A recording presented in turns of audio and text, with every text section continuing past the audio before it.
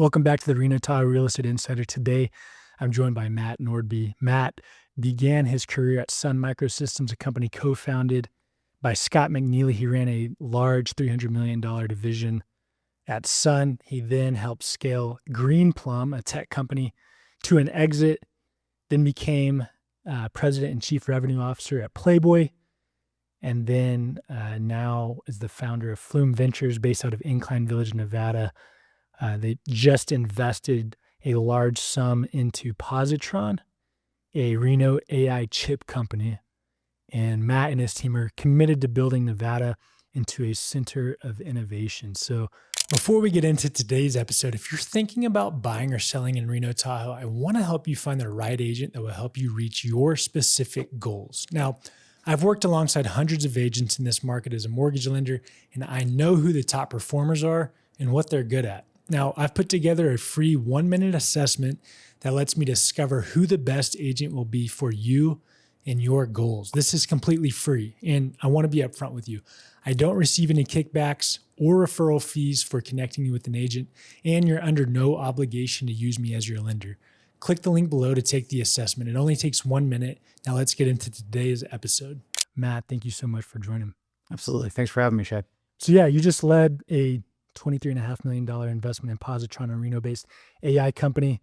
That's a serious bet on our region. They're based out of Reno. Tell me a little bit about that decision. Yeah, well, that actually happened a lot earlier in the year. The company just announced a financing led by the Qatari Investment Authority and Jump Trading, which is a well-known high-frequency trading company out of Chicago, and they're officially a unicorn. So our seed investment seems like a distant memory in the company. So we invested, when the valuation was sort of in the seed stage, which is what you want to do, find great founders and invest behind them. And now I think they're our first homegrown unicorn in Reno. And so they're a software unicorn, which of course denotes in the tech world the fact they're worth over $1 billion, and they've got a trajectory that is really in a topical and hot space. So it's fun to see these entrepreneurs set up shop in Reno. That's great. I was going to ask you exactly what dictates a unicorn. So over $1 billion in valuation. Right. When did you guys originally invest in Positron? Yeah, that was in November of 2024. Okay. Wow. So quite some time ago, over a year ago. That's great. What did you see in Positron specifically? I know they're an AI chip company. Yeah.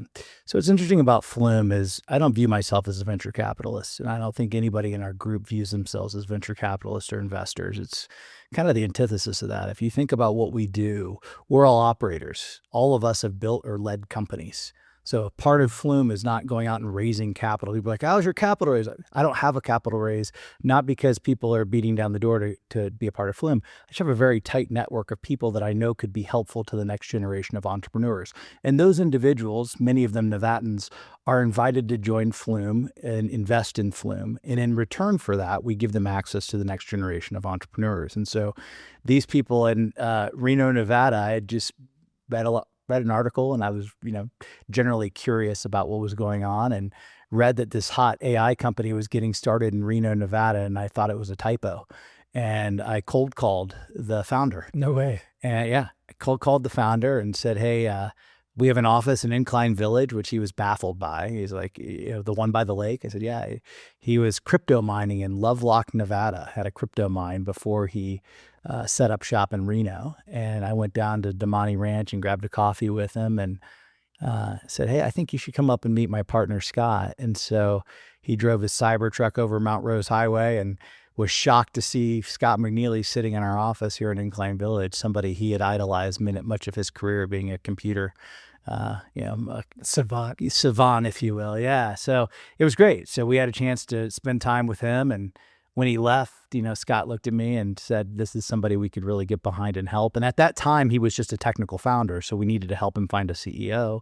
We needed to help him professionalize. Is that pre-revenue for them, or they they have one customer, but it was very minimal. And so what we did with that specific business, and this is why we're not venture capitalists, we're really focused more on operating the business, is we made an introduction to a large Fortune 100 company, which will remain nameless. And the founder of that business, who's very well known, got involved, and there's a lot of opportunity for them in that particular company. And then we introduced them to Jump Trading, which not only invested but agreed to be a customer of theirs.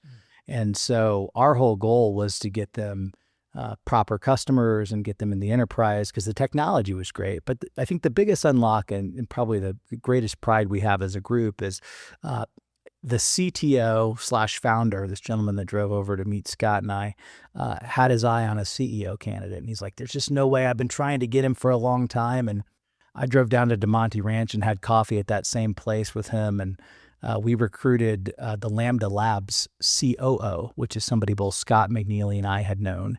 And I just asked him sort of what his goals were in life. And he had just had a baby. And I remember being in that career transition when I had just had my first child as president of Playboy and wanting to know if I was doing the right thing with my time allocation. And you sort of have that moment, as I'm sure you're going through now as well, thinking through how do you allocate your time?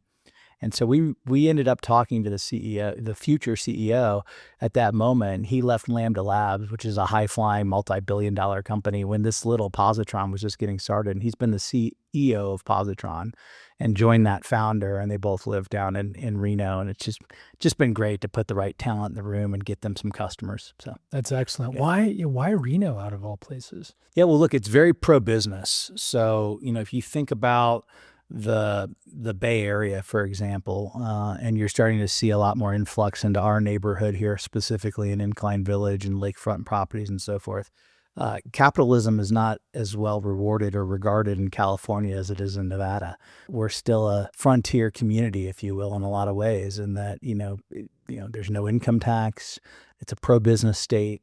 You're rewarded for your hard work. And, I think, everybody here is fairly charitable, but in our mindset, we wanted to be able to build and find people that wanted to build in Nevada. And so that was sort of a meeting of the stars, if you will, to have both Positron and Flume meet each other in our own backyard. Yeah, that's excellent. I had no idea that Positron was already in Reno, and then you had cold called them, and that's how you guys got connected. That's not a story you hear all that often, so that's interesting. So yeah, with Reno, I know you're committed to building out Nevada as a center of innovation is what's, stated on the website. Mhm. Tell me a little bit about what that vision looks like in your head and how that's playing out for Flume. Yeah, sure. So Flume was built, as I said, majority by Nevada entrepreneurs, right? So people that now Majority Nevada. Yeah, so the majority of the people that fund Flume live here in Incline Village and or the state of Nevada. We have a handful of folks down in Southern Nevada as well, and then a couple of people that are strategic throughout the country that we brought in because they were additional value add that we didn't have in our own backyard. Mm-hmm. So that's sort of the first piece. But we invest globally, okay? So some of the names in our investment fund, and we don't call them portfolio companies. Everybody wants to talk to me about portfolio companies. We have 0 portfolio companies. We have over 25 partner companies. And so partner companies are what I refer to as when we make an investment in you, it's not just money, it's our time, it's our reputation, and it's our commitment to making sure that next generation of founder has the resources that he or she True needs to be operators. True operators, absolutely. What we did with Nevada is all the profits we generate from our investments, 10% of my return, so the general partnership, not the investors, not the LPs, but me, the general partnership, that first 10% goes back into the state of Nevada. So I create a fund within the fund that is invested solely in people that are innovating in Nevada. It just so happened Positron was a top decile company that we could help and immediately get from seed stage to unicorn status based on the relationships that we had and the partnerships we could help them form.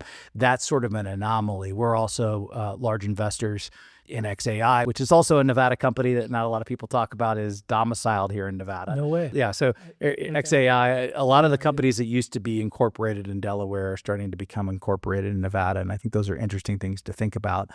So we were in XAI, which was a Nevada incorporated business, but we didn't invest in that because of that. We invested in XAI because we were fortunate enough to have access there, and we think Elon is one of the most brilliant minds that has been in the industry. He's phenomenal. He's, I think he'll go down in history in our generation as, like you said, one of the greatest minds of all time. You read about people like Benjamin Franklin of past. I think we'll be, I think future generations will be reading about this time, and his name will be top of that list. So you're investing or reinvesting into Nevada. That's right. What needs to happen for Northern Nevada specifically to become prolific in the tech world? Yeah. Well, I think you're seeing it already. There was a lot of innovation around the Gigafactory that Elon put and selected Nevada for. So Reno Sparks has benefited from that. So, You got Redwood down, not too far from that plant, and they're focused on the recycling of that technology and the batteries. And so you've got this sort of hub of technologists that have already formed. A great partner and a great philanthropist, and one of my absolute favorite people is David Duffield. And David has not only built PeopleSoft and Workday, but has come to Nevada and built Ridgeline, which is doing great. And they're right here in our backyard in Incline, but also have nexus to Reno as well as other areas. And so you're getting this focus of people that would normally be in the Bay Area or normally feel like they have to move to other areas, New York, LA, San Francisco, that are comfortable setting up here because a lot of the entrepreneurs are setting up here, and it's also a very pro-business state. So hopefully we'll see more of that, but I think the tech hub in Reno is great. I would also like to say a lot of this starts with higher education, right? So higher education is in desperate need to reinvent itself. We invested in a company called Rise Education, and Rise actually helps smaller colleges in particular develop curriculums around AI and supply chain and relevant skills, pretty analogous to high-tech white-collar jobs eventually that are going to be vocational, if you will. So understanding how to have tangible skill sets if you go to a liberal arts college in the Midwest and get a history or philosophy degree. Most options would be you'd have to go on into law school or do something else, business school, et cetera. Here, what we've created is a way for higher education to reinvent itself with this technology platform that allows them access to coursework that can provide students tangible skills, whether they go to a MIT or a RIT or other technical institutions. So I think higher education is changing a lot. I've also been very impressed with Brian Sandoval and the work he's trying to do at UNR. That university, since I've been here, has been a lot more pro-business and working with companies in the community. I think that's going to continue to be important because, the key to the Bay Area being so successful was Berkeley and Stanford and all those institutions.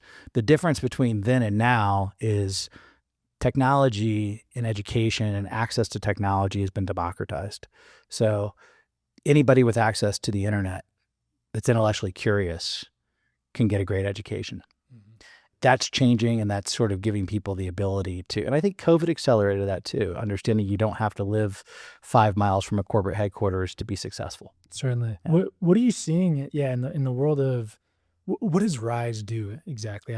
For people that aren't familiar, so Rise is basically a software as a service platform, which is a bad word in this economy, given the SaaS stocks have been hit in the last month or so. But basically, what it is a platform that allows universities, instead of going and building a school of accounting, to have applied AI for accounting, and that's a course that's offered online in conjunction with their traditional education they're getting on campus.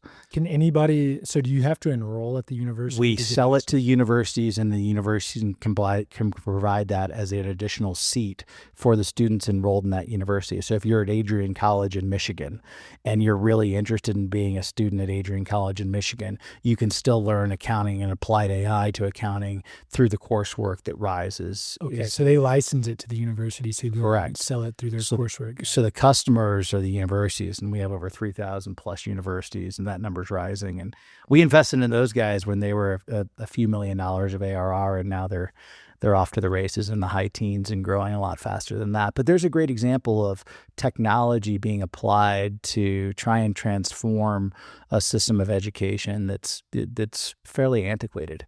And a lot of these liberal arts colleges, Shay, are going to go out of business if they don't find a way to reinvent themselves and give students tangible skills. But this is why it's important to not focus on, you're a venture capital firm. Venture capital firms typically follow the herd, right? If you think about the investment in 2024, it's pretty obvious now that AI computing platforms are where you want to invest because you've seen NVIDIA with a meteoric rise, right? And of course, you need inference compute, so you need to go invest in AI platforms. But in 2024, when we invested, the reality was no one was investing in hardware. There wasn't a follow the herd mentality because there weren't really any tangible examples of hardware companies that had gone on to be really successful. They're very capital intensive. They're very hard.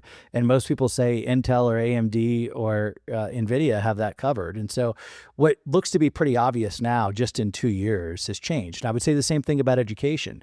Regrettably, education is not a hot and sexy area to go invest capital. And so this follow the herd mentality is not following the herd into education. And so we were pretty proud to be out there when they were in single digit ARR growing and building their business. And now they're printing cash and they're doing great. And they're doing great for students that need access to new skill sets. And so Absolutely. that's a great example of sort of the difference between an operating partnership and traditional follow the herd venture capitalists. I like that. And I agree. I think when there's utmost uncertainty is when you get the highest returns. But then looking back, hindsight's always 2020. Like, oh yeah, that investment made sense. I could see how that works out.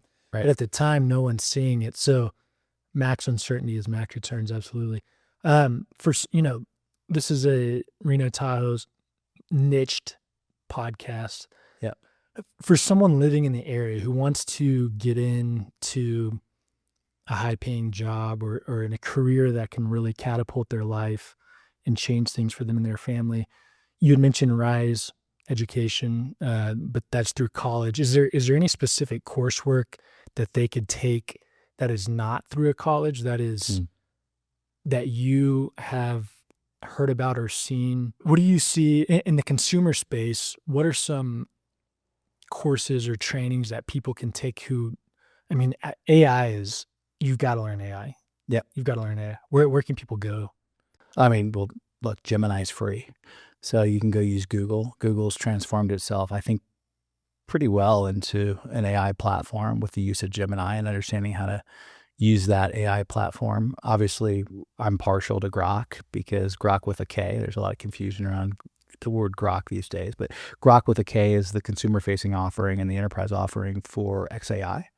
And I think that's a platform that I use a lot. And I like that because it shows the reasoning behind problem solving.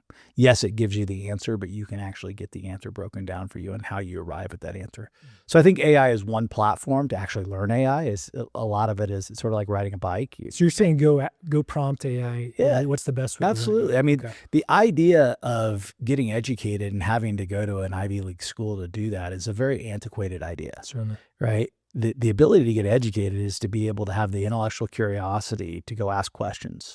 Well, you can go to Grok and ask Grok any question you want and get great answers and have a full-blown conversation on follow-up questions.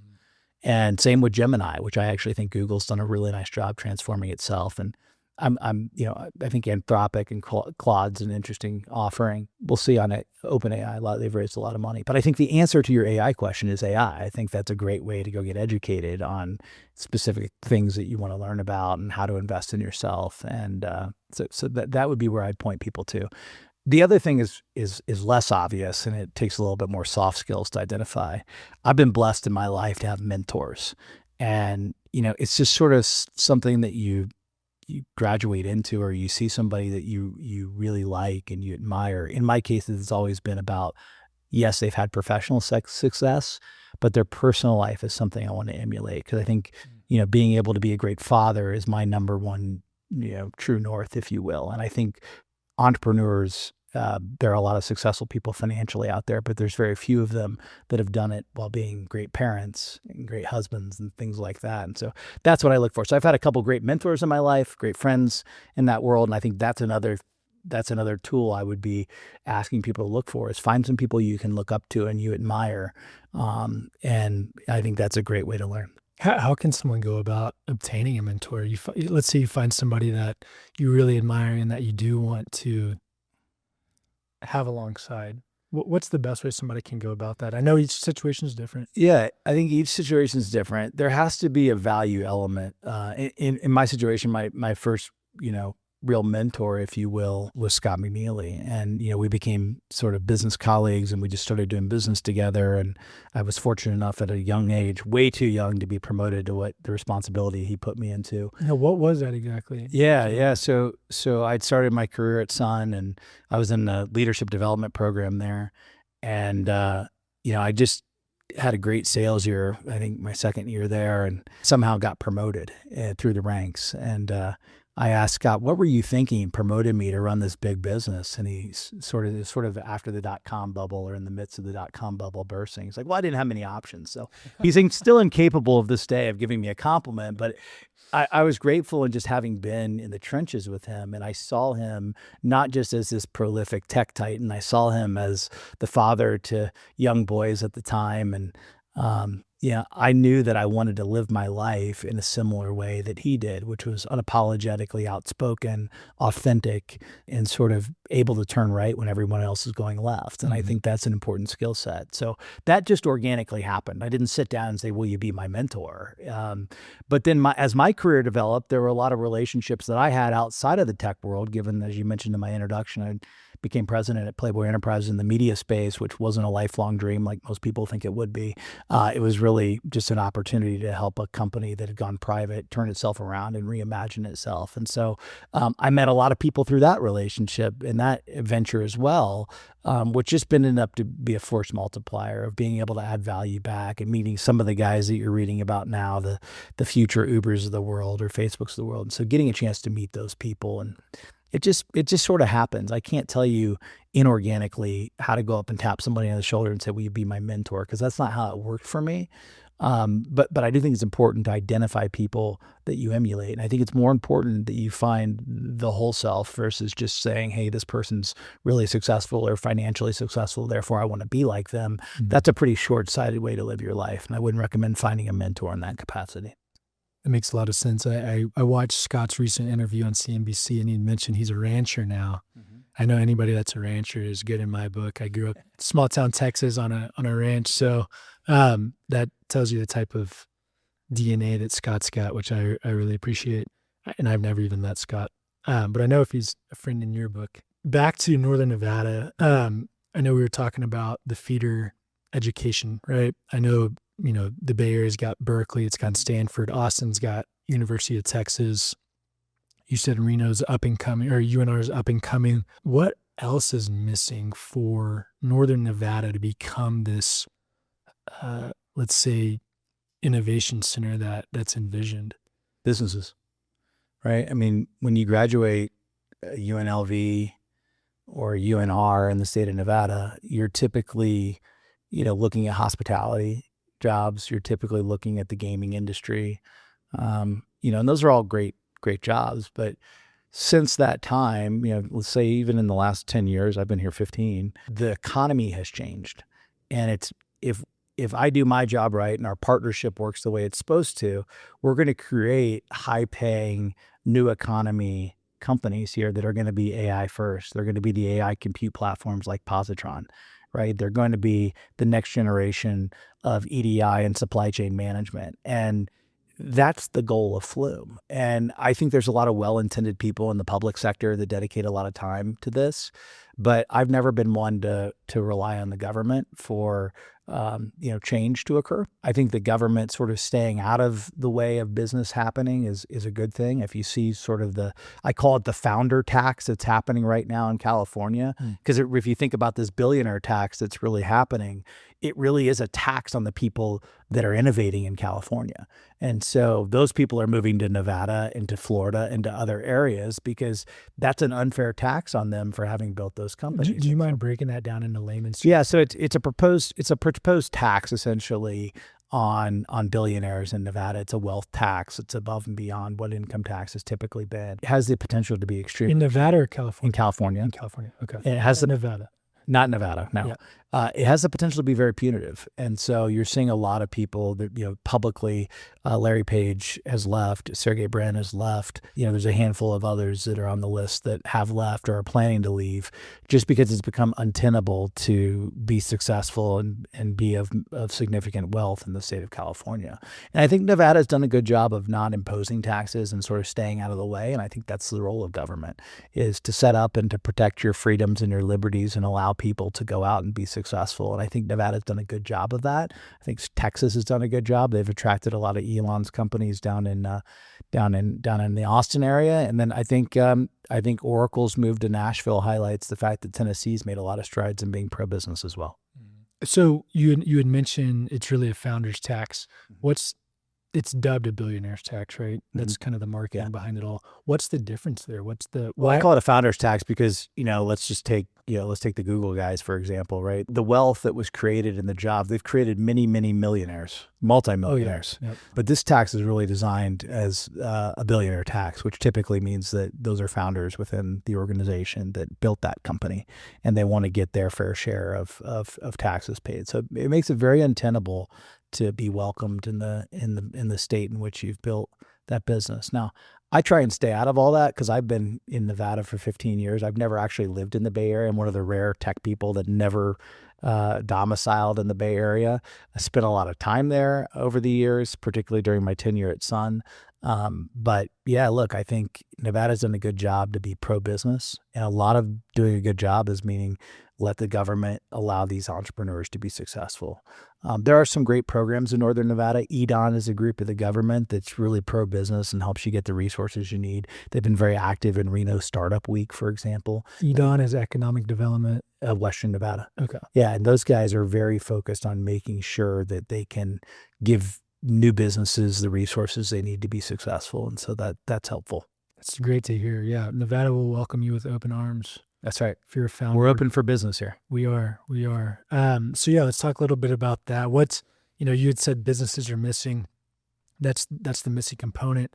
Are there other investors or executives, following your lead? And I know it was 15 years ago when you moved to Nevada, but are there other investors or executives that you're seeing starting to move to the area? Yeah, many of them want to remain nameless because they're new refugees, if you will, in our state. But yeah, you're seeing a lot of that, and whether that's down in Southern Nevada or up here, there's not a lot not to love about Lake Tahoe. It's a beautiful place. Northern Nevada's great, Minden's great, Reno's great. So there's a ton of great opportunities here, and I think there's enough to keep these people intellectually stimulated also. Our job is to make sure that the private sector is successful here. And look, I think you're going to see a more concentrated migration from the Bay to Northern Nevada, and I think that's going to be good for business. It's going to be good for real estate. It's going to be good for the overall economy. What made you want to move to Nevada and Incline? Yeah, it was really interesting. So I was living between LA and Hong Kong at the time. And this is during your time at Playboy? Yeah, this is my time at Playboy. And you'd be shocked to learn that when you're leading Playboy, everybody needs something from you. So when I was in LA, everybody wanted something from me, and I found it to be a massive distraction. I wasn't into going to the mansion parties, and it was work for me. It wasn't something I looked forward to per se.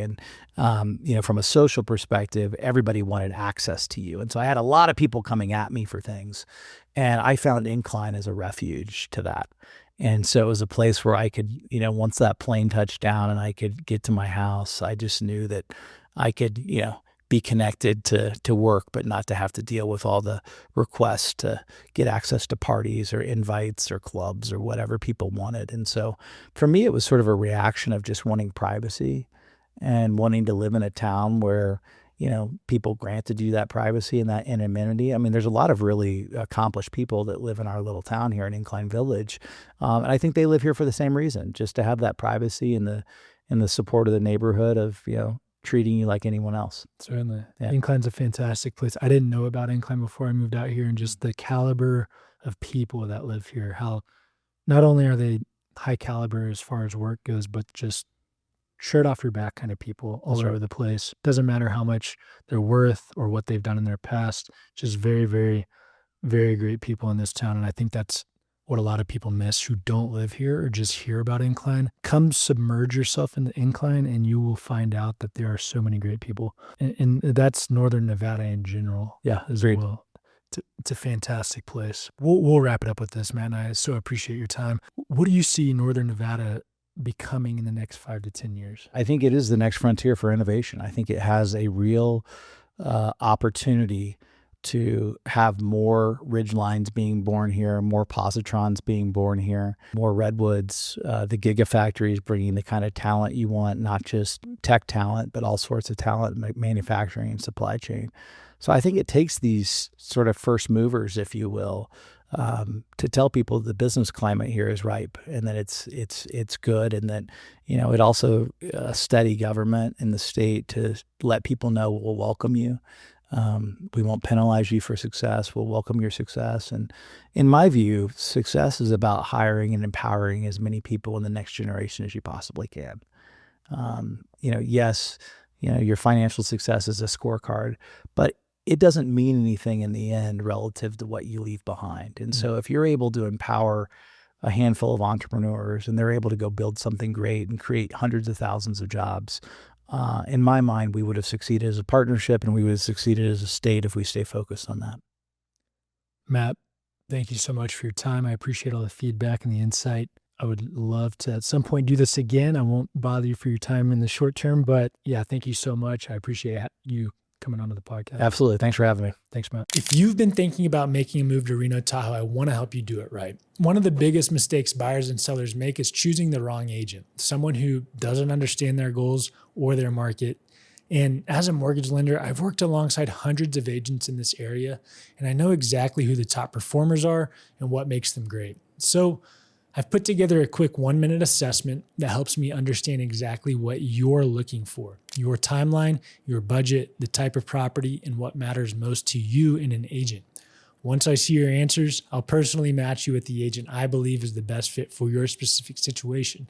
Now, this is completely free, and I want to be upfront with you. I don't receive any kickbacks or referral fees for connecting you with an agent, and you're under no obligation to use me as your lender.